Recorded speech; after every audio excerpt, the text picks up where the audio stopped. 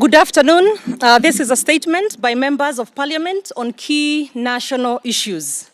We, 139 members of parliament, many are here, and a few have left for other engagements, met as legislators who champion a broad-based, people-centered and bottom-up empowerment of Kenyans to reflect on and examine the state of various developments of concern in our country.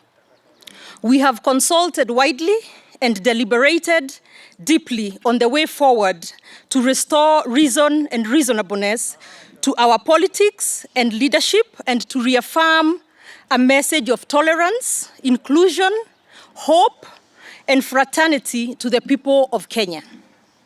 We particularly note worrying emergent issues that threaten the stability, peace, cohesion, and integrity of our nation, and wish to lend our voices to them.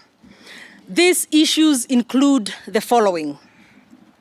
1, state-instigated violence.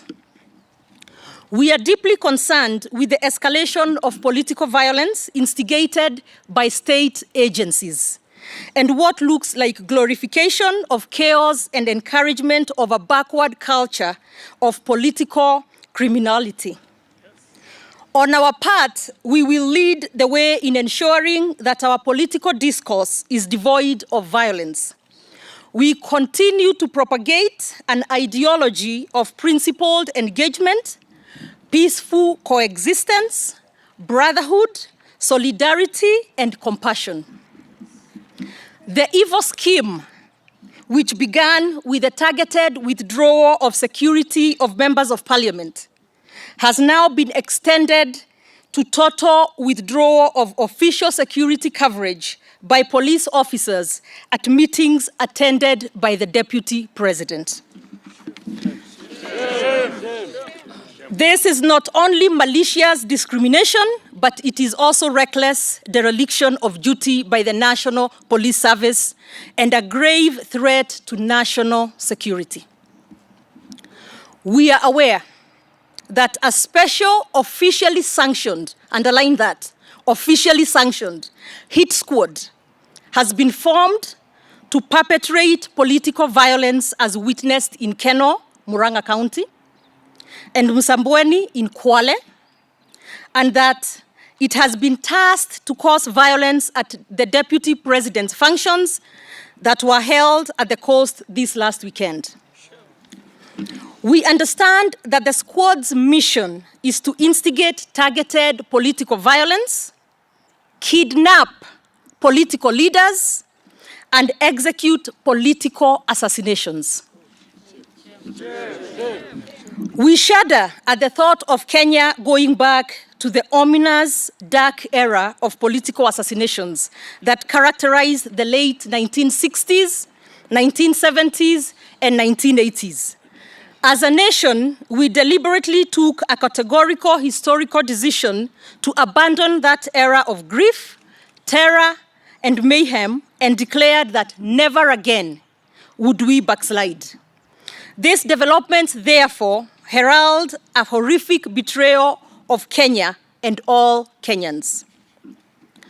As a civic duty, we have relayed this information to the relevant authorities with details that include the name of the squad commander and the specific identities of the officers involved.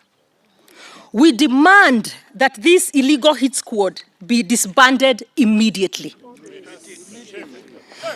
We also demand that the Inspector General of Police takes charge and ensures that all officers deployed at political meetings, rallies, by-elections, and indeed all other electoral events are in official uniform and have their service numbers and names prominently displayed on their badges. We urge the international community, and here I will specifically reach out to our friends, the United States of America, the European Union countries, the United Kingdom, and also including the African Union and African nations and the United Nations, to turn its focus on Kenya and help this country avoid a precipitous descent into political meltdown as next year's elections draws near.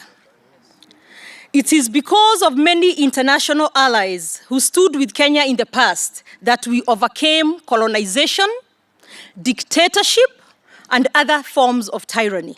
We call upon them all once again, including the European Union, the USA, the United Kingdom, and all friends of Kenya to stand watch and monitor our soaring political environment.